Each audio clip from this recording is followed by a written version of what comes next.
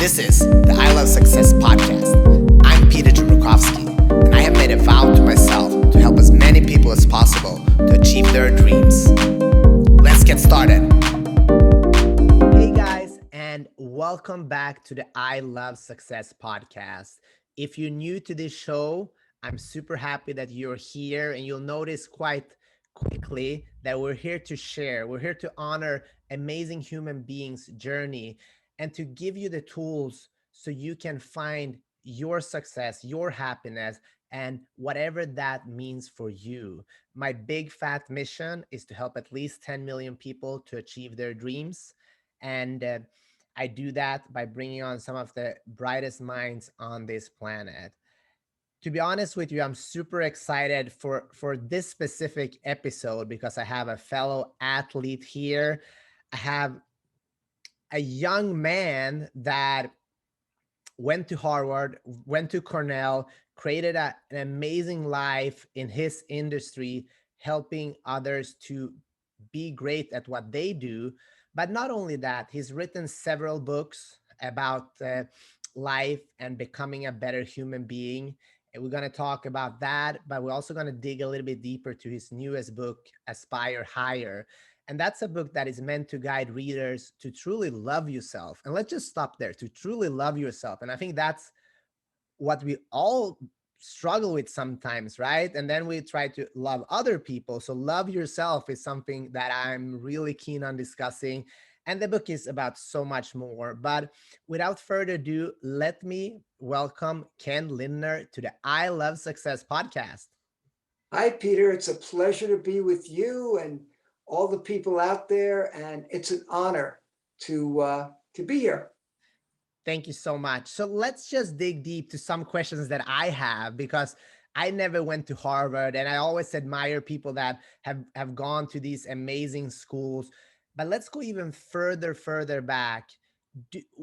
Was going to Harvard a goal of yours? So it's just that just kind of happened? How did you even get started on that dream? Well, Peter, as you mentioned, I am an athlete, and I was this heavy, late blooming youngster, and I just wasn't coordinated. But what happened was I wanted to bond with my dad, who worked 6 days a week to give me the education he never had.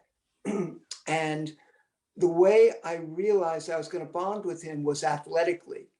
And so he took me out on the paddleball court, and I couldn't hit the ball when I was 7 years old on 3 bounces. But I so wanted his approval. I so wanted his attention that I worked really hard to get better. And the more I improved, the more my dad loved playing with me, spending time with me. And athletics, as I mentioned to you before we got on the air, has taught me so much. I've learned about discipline. I've learned about working towards a long-term goal, how to lose and learn from the experience so that I shore up the deficiency and am better the next time I take the court, how to win and not get too full of myself and take great lessons from that. There's so many things. Discipline, which I think if you want to be successful, it's so important to make disciplined decisions and choices at the appropriate times. So I became an athlete, and everything I learned on the athletic field, I transferred to other things like my studies. I became a good student in high school. I wasn't in elementary school. And I got into Harvard because I was well-rounded. I was one of the best tennis players on the East Coast. I went there and did very well there. In fact, I even beat Arthur Ashe when he was number 5 in the world in an exhibition match, and played number 1 singles and doubles for Harvard. And then I wrote a thesis on decision-making at Harvard because I love studying the life choice and the effects that our positive choices or poor choices had on our self-esteem, our feelings of self-worth, and our self-image. And I started doing that through the lens of trials and I began studying the law. And I decided that I was going to go to law school, not to practice law, but to study it. And it's interesting because what I learned in law school was to spot the issue. What's the problem? Because if you can figure out what the problem is, much like a doctor does, you can then figure out the solution. And it paved the way for a book that I wrote 30 years later called Career Choreography, the concept of which is you can attain any goal or dream if you can figure out the logical steps to go from where you are today to putting yourself in the best position to attain those goals and live that dream. And I learned that at law school. Yeah. Thank you. That's so much to unpack here. So let's just start with uh, tennis. You started around 7. When did you realize that you could become a good tennis player? Pretty much when I started beating people. I mean, when you start winning, you start to realize that you're good at it. And it was the first thing, Peter, that I was good at in my life. And it became so much a part of my life, so much a part of my identity. Probably too much at the beginning, but it was the first thing that made me stand out and made me special. I know you felt probably the same way, being as accomplished as you are. So I realized it because I was winning tournaments. I won the New York City tournament, the New York State tournament twice. And so you begin to realize that you've got some gifts, some skills. Yeah, I love that. I'm sitting here with goosebumps because I was the shortest kid in class. I was bullied, and I didn't have much friends. But in the karate dojo, it was a great moment to bond with my dad, but also to become better at something. And once I started winning, just like yourself, it just improved the confidence, and it transpired to other areas of my life. Just like you said, your studies became better. You probably were better with people and communication because all of a sudden you're a little bit more confident, right? No question. And everything I did on the court was, okay, how do I get the best result? What's the most constructive way to get to where I want to go? And when I would lose, I'd figure out, okay, what's a constructive solution? When I lost to this left-handed guy who was about 35 years old and I was 17, and I'd never played someone with a great left-handed serve, I thought, how am I going to get better? And actually, my mom gave me the solution: get a left handed coach who would teach me the right footwork to react to a spin that I wasn't used to. A year later, I beat that same player pretty handily. And it taught me that whenever you have a problem or an obstacle, just figure out the most constructive solution. And that day taught me a great life lesson. So whenever I'm confronted with a problem, a setback, a defeat, just think of it as your first step toward getting a sweet victory. You just have to figure out what the right steps are to remedy the situation. Yeah, I love that. And a lot of times, just like you said, it's tactics, right? And looking it from the right angle. And that's why you need people in your life. Because I meet a lot of people, they're like, I can't do it. I can never do it. And you look at what are they doing? They're facing the problem head on. But there's smarter people, there's coaches out there that can help you look at it from another angle. And all of a sudden, wow, it's brilliant to train with the left hand. uh, so let's move further. So you beat Arthur Ashe. You were selected to study at Harvard. How did that feel to walk the campus? Because I a lot of people dream about being at the highest level of whatever field, and I feel Harvard is definitely one of the highest level of education. So how did that feel to walk there as a young kid athlete? You're at one of the best universities in the world. How did that affect you, and what did you learn from that? Well, first of all, I was incredibly proud. It's just, my dad didn't even go to high school, and he was so proud of me. And, I was excited. And it somehow I played up, when you play against somebody who you're not supposed to beat, but you play up to the situation, you master the moment. I was there with a lot of really great test takers, a lot of really smart kids, but somehow I found a way to do really well. And what I did was, and I think this is important for anything, I assessed what my strengths were and I played to my strengths. I was a much better writer than I was a test taker, especially competing against guys and girls who were amazing test takers. So I decided that I was going to write as many papers as I could because I could research it, I could put it away, I could take my time, and I could come up with original thoughts. So I did really well at Harvard because I played to my strengths. And I think it's so important in any job that you take or any endeavor that you enter into to know what makes you really great or really good and make the most of those gifts. So I counsel people that when you're looking for a job, think of the things you do really well. Think about your experiences and how those experiences can be a huge asset. Figure out what your assets are and make the most of them. I love that. And a question to you, because your father, he didn't even go to high school. And when you were walking there at Harvard, so proud, did you ever feel like you didn't belong there, or did you own it, or like how did you deal with that? Because I remember the first time I came to a big tournament, I almost shit my pants, to be honest with you, because I felt like I didn't belong there. But after moments of time and training, I learned that I deserve to be here. I belong here. Can you just talk a little bit to that, to people that are also underdogs in their life but still want to accomplish great things? Peter, you're giving me chills now because what you said resonated with me so deeply. When I played my first tournament in Central Park in New York City, there were 124 entrants. And there was this huge draw sheet that took up 2 walls. And I won a sectional tournament to get there in Brooklyn, where I'm from, Brooklyn, New York.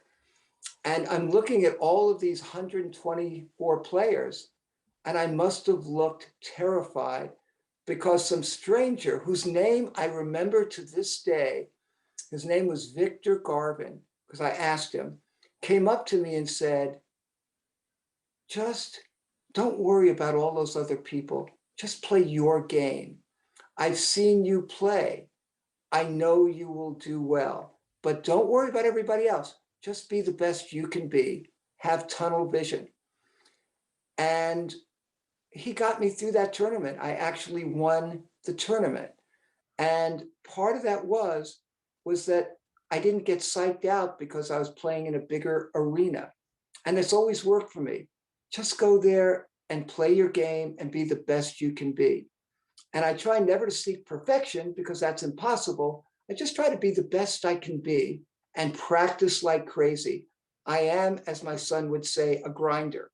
As many gifts as I may have, maybe, I work hard. And I think if you're going to reach your full potential, as gifted as you may be, it's the people that also work hard and work smart that achieve the most. Yeah, I love that. And also hearing from you, it sounds like this type of mindset that you have came pretty early. Do you recall what this came from? Was that some books you read, people you were around, something that was innately in you, or a combination of all of that? Well, I've always been an underdog. I've always had to be a fighter because as I said, I was this really overweight, late blooming kid. So nobody really believed in me. I had a mother who believed in me. I had a tennis coach eventually who believed in me. And I had a sociology teacher as a junior in high school who believed in me. They saw what can be in me. And interestingly enough, those people, their belief in me propelled me to go on to do some really good things. So, Peter, my mission in life in turn has been to see what can be in others, to believe in them, and to help them craft the steps.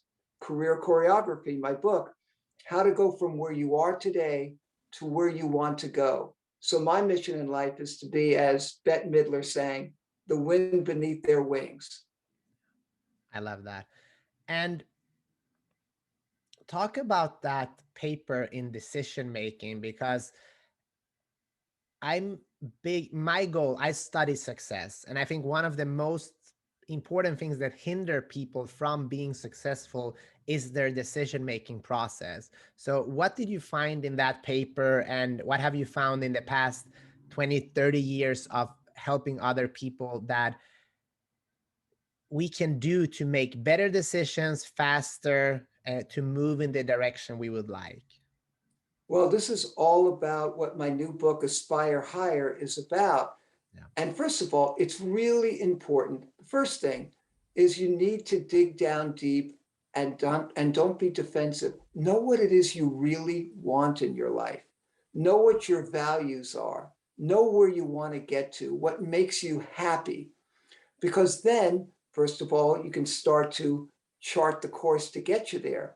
But also, I believe that the way you find true happiness in your heart and love in your heart is to start making, wherever you are, small and larger positive life choices that reflect your highest self, that reflect your highest goals and your highest values. Because if you start to make choices that make you feel really good about yourself, it starts to give you the confidence that you can truly affect positive change in your life. You can elevate your life.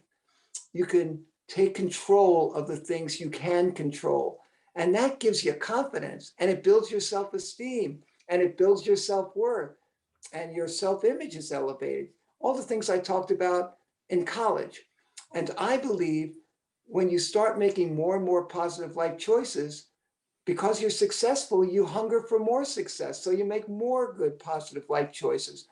And when you do enough of that, Peter, I believe you start to feel worthy of those great choices. And when you feel worthy and deserving, and you develop love in your heart, you're far more likely to bestow that love, that compassion, that empathy, that support onto others. And I believe that this is the path to take us to a more civil, respect-filled, and love-filled and peaceful country. So that's what Aspire Higher is all about. If you can elevate yourself first through your positive life choices, you'll be organically led to elevate others. Yeah, I mean, I'm all about that. Being a martial artist, I vibe so much with what you're talking about, because it's what a true martial artist does. And I think it's so important. Yet we see so much of not acting like that in the world.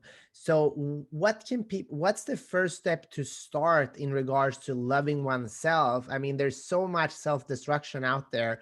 I think I spoke to another guest, and he's a good friend with a psychiatrist, and he said you can't get it, like it's 3 or 4 months wait time to get a psychiatrist now, or psychologist, because there's the mental health has skyrocketed, and we're talking about people that are can afford that, which means that they usually have a pretty good job, a pretty decent life.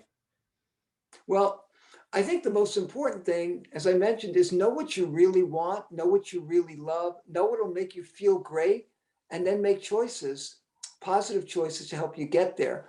To me, making positive, constructive, beneficial choices is one of the greatest things that you can do for yourself, because you're making yourself feel great, and you're going toward attaining your dreams. And I believe that choices are like train tracks, in that the trains go where the tracks take them. Your life is a reflection of the positive and poor choices that you make. So if you can start making some great life choices one by one, the chances are that you'll have a great life path and live your very best life. I like that. Let's break it down a little bit. For somebody that is in a position now, big life changes, right? 2020, 2021. There's been, people have been doing really well, people have been doing not so well. Let's talk about people that they're in a complete change right now. They have moved, they are need to start over, they need to build something. Like, how do you start that process when everything is uncertain? You know, you used to have a path, but everything has kind of changed. The landscape in your life has completely changed and shifted. Well, in Aspire Higher, I talk about my just trust rule, which is, first of all, when something changes in your life, trust that there's a reason for it and that this is your opportunity for an amazing life reset. But the key is you have to dig down deep and figure out, one, again, what you really want in your life. What will make you happy? What made you happy 2 years ago may not be what makes you happy after COVID. I mean, we all want to be closer to family now. I think we all, value our health even a little bit more because it's so fragile. Our values may have changed. It's really important to know what you really want in life and then figure out the steps to help you get there, because a lot of people's values have changed over the last 2 years. And again, if it's a professional change, think about all the things that you love doing in your prior jobs, incorporate them into your new job. Think about the things you didn't like in your old job and try not to have those in your new job. And think about what would make you love going to work every day. What job makes the most of your skill sets and your experiences? And what job will give you the most life meaning? Because at the end of the day, we spend a lot of our lives working. The key is to try to make the most of it. Have joy in your heart if you can. Yeah, I love that. And I asked my wife, probably a couple of months ago now, what if you can describe life with one word, how would you describe it? And she said joy. And that inspires me so much, because being joyful and being in a state of joy, it's beautiful. And when you are in joy, you forget, all the struggles, at least for that moment, right? Well, and if you talk about the word joy, Peter, you're talking about either being with people you love, doing something you love, or doing something that benefits others that makes you feel joy. I mean, think about the things that really mean the most. And if you can think about the things you really love and mean the most, and you pursue them, the chances are you'll have a lot more joyful days. Yeah. Let's take it to the next level, because you were very high level athlete, uh, and you're talking about this in your new book. Now, for people that are at a very high level and they're like, yeah, life is good right now, but I've reached everything that I thought was impossible almost, but now I'm still at that level where I don't feel that joy anymore, because I've reached that level. I want to take my life to the next level. What are the steps that you would recommend, and what are your thoughts about that? And have you been in that situation yourself, and how did you overcome that? Well, it's interesting. I haven't really thought about it the way you posed it, but I'm going to do it now. And I've done well in my profession, but the thing is that over the last 10 years, I've been writing, because writing gives me joy, and helping people on a much greater level brings me joy and great satisfaction. My job is that I represent newscasters and program hosts. I'm a talent representative for people, many of people who you might know, Lester Holt and Mario Lopez, and many newscasters and hosts around the country. And my joy, which has been great, has been helping them build their careers strategically. But I love writing, and I love making positive strategic choices, whether they be professional or personal. And I felt, after helping people build careers for 38 years, I had something to offer. And that's when I started to write books. And for me, it is a joy, it is cathartic. And the great part about it is I help people. So um, I think at some point in time, when you reach a certain level in your profession, there may be other avenues to pursue. I mean, we keep growing, we keep evolving. You know, we want to remain relevant and we want to remain contributors to life. And I think it's important to always keep moving and being aware, like a heart monitor monitors your heart. Be aware of your heart monitor. Where is your heart? And where's your heart telling you to go? And listen to that and see if you can follow it and make your heart happy. Make your heart sing. Yeah. Was that scary when you decided that you want to write about these topics and share that? Like, how was the thought process for you? Because now it's in the same avenue, but it's still something new, and you're putting yourself out there even more to the public at this point, right? How did that feel, and how did you deal with that? Well, Peter, you know, we talked about the fact that there's a choreography for everything. And my choreography was, well, first I wrote a book, a self-help book years ago, and every publisher turned it down flat. They said I didn't have the background. I wasn't a doctor, I wasn't a therapist, I wasn't what they were looking for. Yeah. So I decided I had to do a different choreography. And I love the choreography strategy, again, that I talk in my book about in career choreography. Lead with your strength. So I decided, okay, how am I going to become an author? How do I get into the club? And I wrote a book about broadcasting. And I felt, oh my goodness, I have all these, you know, top name broadcasting clients of mine. Somebody will buy a book as to how I helped grow these careers. So I wrote the book and I went to the library and I researched who the publishers were that published broadcasting books. I sent them the manuscript. Out of the five publishers that I sent the manuscript to, three came back and were interested. And my first book, Broadcasting Realities, got published. And then when I was giving a speech about decision making at a convention in broadcasting, I sort of veered off a little bit and talked about how important it was to manage your emotions and don't let your emotions cloud your best judgment when you're making your decisions.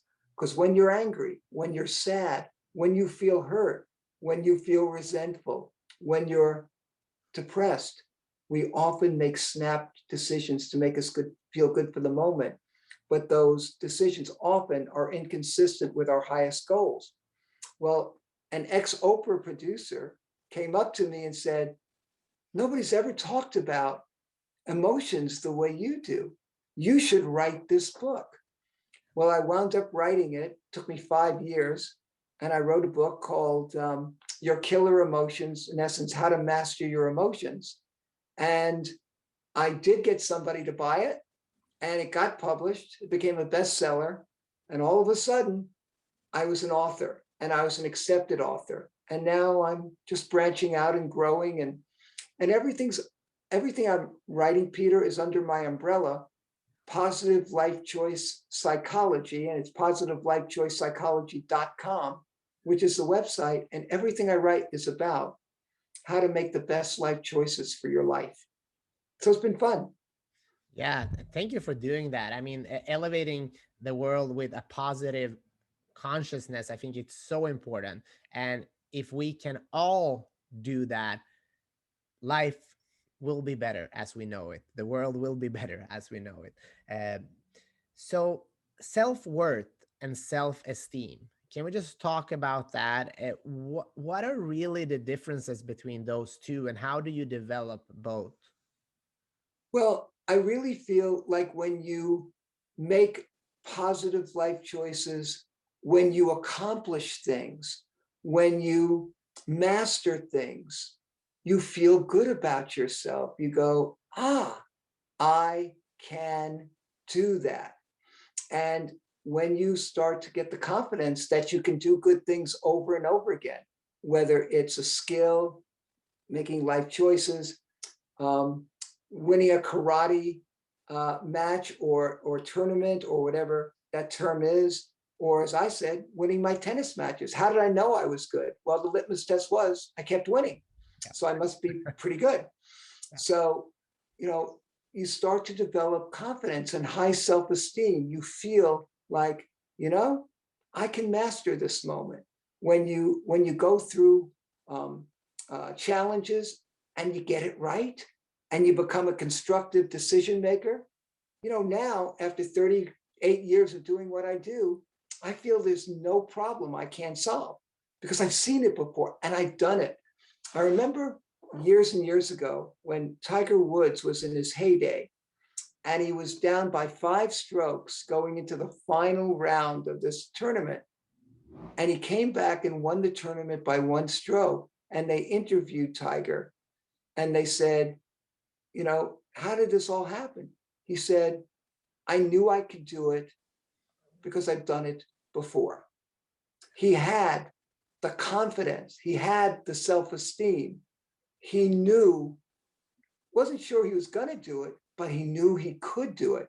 And the key really is experiencing things, getting victories, feeling good about yourself and how you conduct your life and how you got it done. Those are all ways that you develop self-esteem and feelings of a high self-worth.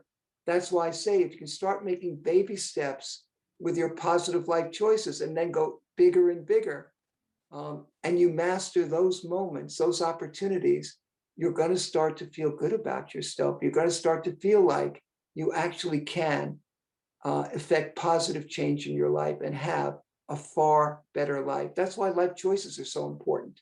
Yeah. I love that. And yet we live in a country where there's like 6 minute abs, 3 minute super biceps, or whatever it is. A lot of people don't want to hear this. They want to hear that there's some type of quick fix, right? Can we just talk about that? And how do we help more people? Because written several books about goal settings and achieving their dreams, and the truth of the matter is a lot of people don't want to hear what's in the book because it takes the work during a consistent amount of time. So what do you want to say to those people that are looking for kind of those, yeah, this all sounds great, but isn't there a shortcut? You know, it's really interesting. There was a book that I read, I don't know, maybe 30 years ago that changed my life.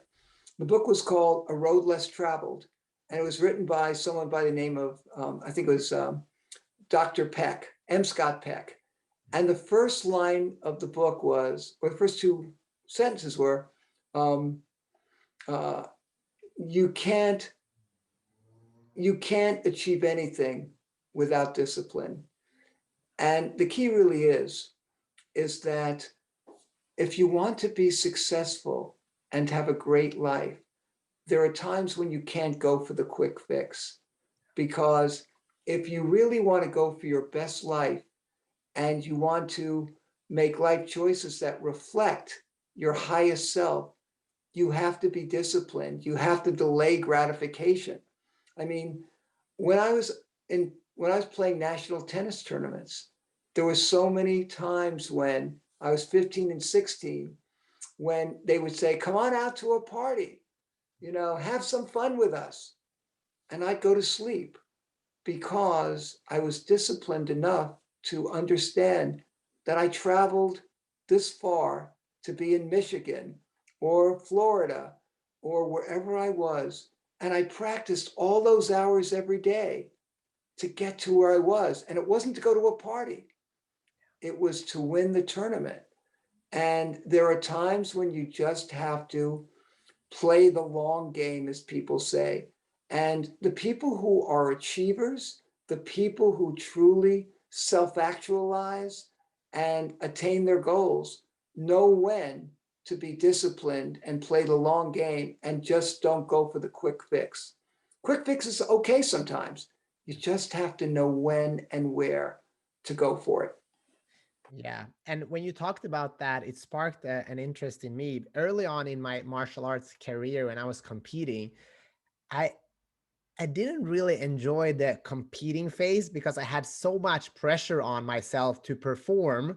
Uh, and funny enough, I did usually did perform, but it was this instead of heck yes.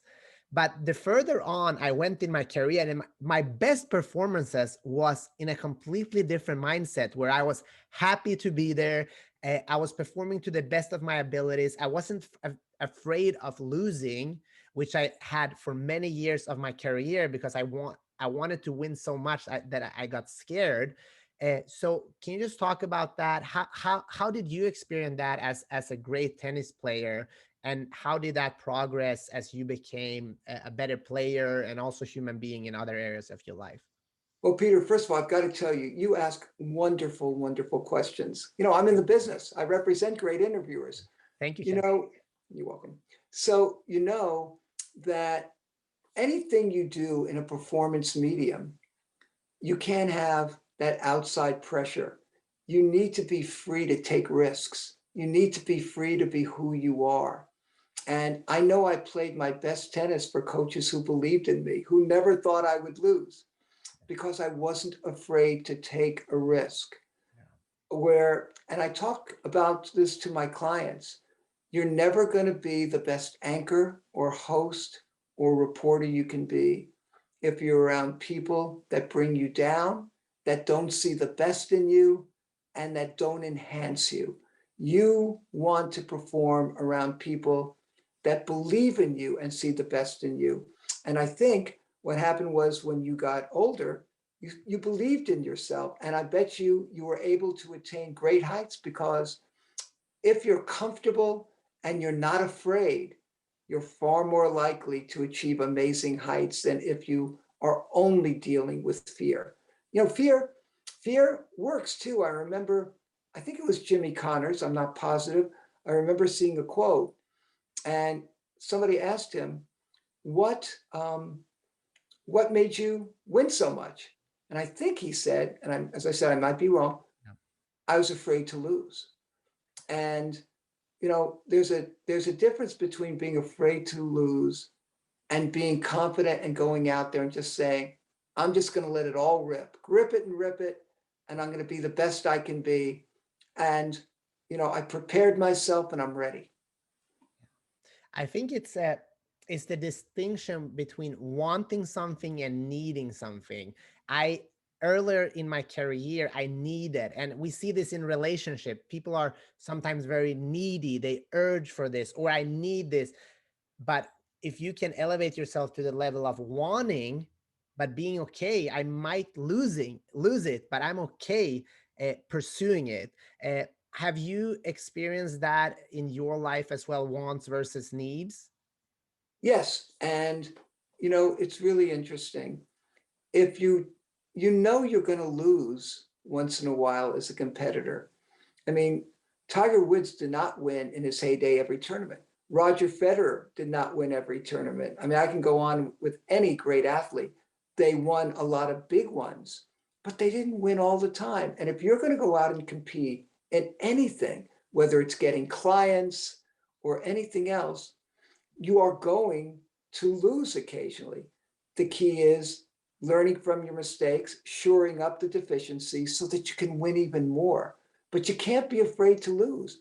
I've learned more from my losses than I have from my wins because it showed that there was a deficiency that needed to be shored up. So to me, losing is just part of winning.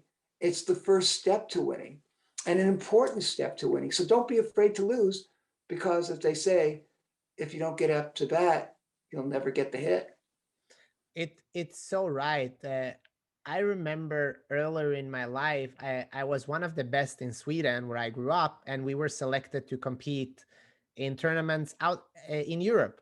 And every time the local newspaper come and made an interview, and they didn't know how the difference between being a good fighter in Sweden and in Europe, it was a huge gap at that point. So the expectation was for me, especially for the magazine and everybody I knew to win because I always won. But I went there and usually I lost the first or second match, and then eventually I got better and better. But I remember in the beginning it was so hard for me coming back because I knew that 40, 50 people are going to ask me, how did it go? So it's almost like I was hiding the first couple of days when I got home. And I learned this over time, that it's my self-worth that is important. But I can relate to many people that are scared of playing on the field because of the opinions of others. So can you just share a little bit on that? How has that been in your life? And do you have any advice for people that are scared of putting themselves out there? Well, I must tell you that I talk to my staff in my office when we go after potential clients, and I say, look, don't be afraid to get a no. If you go after 10 clients and two say yes, that's two more people that you didn't have, even though you got 8 no's. And by the way, three of those people are going to remember in years to come that you called them. They weren't ready to be represented by you now, but in time they may. So you may actually get 5 clients out of that. Don't be afraid to put yourself on the line for fear of failure, because it's the only way that you can win. The other thing that you mentioned, Peter, is that don't worry about what other people say. The people who love you and care about you will be supportive of you. The other people don't matter anyway. They're not your friends, they're not your family. So don't worry about them. And what most people do anyway is, when they criticize others, it's because they feel badly about themselves. you know so don't worry about it. Don't let other people's bad behavior in any way deter you from going out and being the best person you can be. I think that's a huge lesson I've learned. Don't let other people's bad behavior deter you from being what you can be. Yeah, that's great advice. And let's talk a little bit about goal settings. I'm big into goal settings. How does that work? Your process of setting goals and kind of reverse engineer what the steps to get there. Well, I am a huge goal setter as well. And I think any athlete is a huge goal setter. You want to win this tournament, you want to go to the Olympics, you want to be a Major League Baseball player, whatever that goal, I want to make my high school team, whatever that goal is. And I believe it's important to know what you really want in life, what's important to you, what'll make you happy, and then figure out the steps to get there. What's the most logical set of steps to help you get there? And you may have to make detours when unexpected events come. And there may be some positive unexpected events which may help you make steps more or take steps more quickly. But the key really is to be strategic. See the goal and then craft the steps. What are the steps that are going to take you to get there? Awesome. And do you write your goals down every year or every month? Like, how is that process for you? I actually think about things all the time. I am, one of the things about tennis is that it's not a sport like baseball or football or basketball, where if you're having a bad day or a bad moment, a coach can substitute in for you. On the tennis court, you're it. Either you get it right or you lose. It's survival of the smarter, the fitter, the more adaptable individual. So I have to keep assimilating information. What's the wind like? What's the sun like? What is my opponent feeling good about? What do they have? What are they uncomfortable with? Does high spin make them feel uncomfortable? Does hitting the ball flat make them feel uncomfortable? You have to keep assimilating things, and then you have to keep assimilating. All right, well, they've caught on to that now, so now I have to change it up. And in life, every day I try to assimilate information, very much like on the tennis court, saying, do I still want this goal? Is this step that I'm taking, or these acts that I'm making, or this behavior that I'm engaging in effective or not? Because if it's effective, great, I'll stick with it. If it's not, I need to change it up. So, as I said, sports have taught me how to navigate life, and that's one of the big ones. Continue to assimilate information, see what works, see what doesn't work, and stick or create with things that will work. Yeah, and one thing that I've noticed from people I talking to, but also in my own life, some of my best performances and success moments has been only small windows of opportunity has opened, but I was able to see that and take advantage of that moment. I wasn't much better than anybody else. I wasn't I was probably the same prepared, maybe a little bit more because of my discipline, but it was that little split second of seeing the opportunity and taking the advantage. And I've seen that in business as well, seizing that opportunity while most people miss it because they're busy or in their head. Have you seen that in your life as well? And can you just share your thoughts on that? Absolutely. You know, being opportunistic, seizing the moment, I think is huge. And it separates people who have extraordinary success from people who don't. And I know, for example, there are some huge broadcasters who I represent that I thought, they're at a pivotal time. I think they can use some really good representation. And I called them. Instead of waiting for them and asking them, well, you're going to be out in LA sometime, or, would you like to have a phone call? I flew to meet them the next day. I showed up and I said, I value you this much that I am just flying from LA to Chicago to New York to meet with you because I think you're that good and I think we're going to be that successful. I got their representation as opposed to other agents getting it. And these people that I'm thinking of turned out to be two of the biggest megastars broadcasting has ever known. And it's because I saw an opportunity and sort of like a great running back in football. I saw the space, I saw the hole, and I ran for the goal line. Be opportunistic. If you see something that could be huge for you or potentially huge, go for it. Don't overthink. I think in that what happens to a lot of people, it's kind of overthinking. And we can go back to the most basic need, a young guy in the bar is thinking about talking to this beautiful girl all night. And then there's this other guy that didn't even think about it and goes straight forward. He might not be the best fit, but he went for it. And, it was a match. So I think that is in some human beings, it's already there. But do you think we can train that, or is that killer instinct something that you're born with? I think it's both, but I think you can certainly train it. I was very, very, very shy as a kid, and I'm still shy in big settings, but I'm very good one-on-one.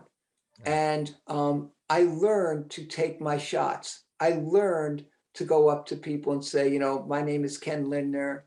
Here's what I do. And I would love to talk with you about representation. And it doesn't bother me, or it didn't bother me and doesn't, that they may be represented. They may not be interested, but a lot of people were, and I built my business on it. And then the people, as I said, who I approached at one point and they weren't ready, the timing wasn't right, many of them wound up calling me later. So taking the shots, even if you don't win immediately, can pay off big dividends in time. I totally agree. And let's dig a little bit deeper in Aspire Higher before I'm going to leave you for the day. And Ken, this has just been an amazing conversation. It feels like you're kind of like 20 years ahead of me in life, and I get to ask all these incredible questions and learn. So thank you so much for taking the time. Like I said, it's a pleasure. So Aspire Higher, why should I read it, and what will I gain from reading that book? Well, as I said, Peter, life choices determine your life. They really do. It is the track of your life. And if you make great life choices, you're going to live your best life. You put your life on the right track. And the more you are confident about your choices, the more you feel you can make them, the more success you have, but success begets success. It's positive reinforcement. You love the positive effects and results that you get from your life. And that makes all the difference. And if you want to succeed in life, if you want to be happy with your life, just make choices that reflect your highest self and your highest goals. And in Aspire Higher, I talk about something called the negativity bias, which is you can hear three great things about yourself and hear one negative, and people are hardwired to focus on the negative. And scientists have proved that.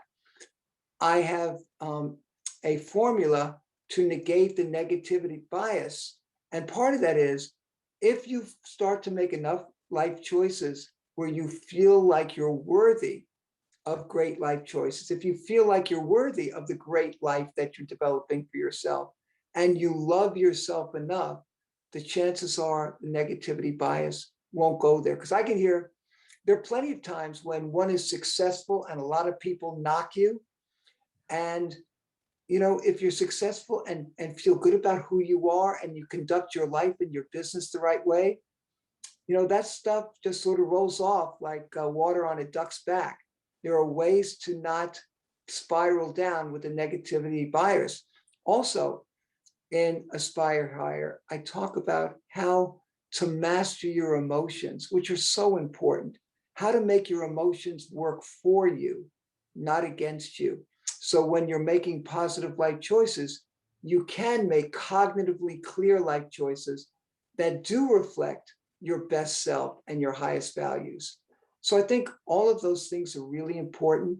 And I do believe that if you make positive life choices that raise your self-esteem, that raise your feelings of self-worth, you put love and positivity and fulfillment and peace in your heart.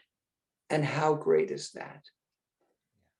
It's beautiful to have peace of mind and peace in your heart as well. Ken, I have a final question to you, and Sure. that is for people that are here with us, they want to take some type of action in order to get started or take their life to the next level. What is the first thing they should do after watching this show and listening to our conversation here? Well, I talk about this in Aspire Higher, and there's actually a section called How to Jumpstart Your Life. And to me, the first step is know what you really want and take time, take quiet time. It's one of the most important things you can ever do, because if you know what you really want, then you can then you can figure out the steps to get there. And you're far more disciplined if you know what you want in your life. And you can make life choices that reflect those values. So it's so important to know in your heart of hearts what will make you happy. And as I said earlier, at different times in your life, different things will make you happy. So you need to continue to know what it is that drives you, what it is that brings you joy in your heart, and then make life choices that are consistent with and in furtherance of attaining that joy. So important. I love that. Thank you so much, Ken. For people that want to connect with you, learn more about you, and find your books, where's the best place to connect? The best place is to go to my website, positivelifechoicepsychology.com, and then all of my books are available on barnesandnoble.com, amazon.com, walmart.com, and target.com, and many, many other places.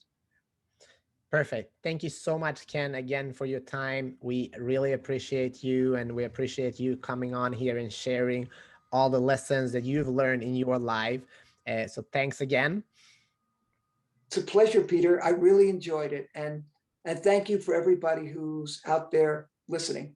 Yeah, we're super grateful for you guys that are here listening, watching, and we're happy that you're listening, but what we really want is for you to take some type of action in your life to make your life a little bit more loving, finding that positivity and joy. And I think there's so many tools here today that you've been given. So take advantage of that.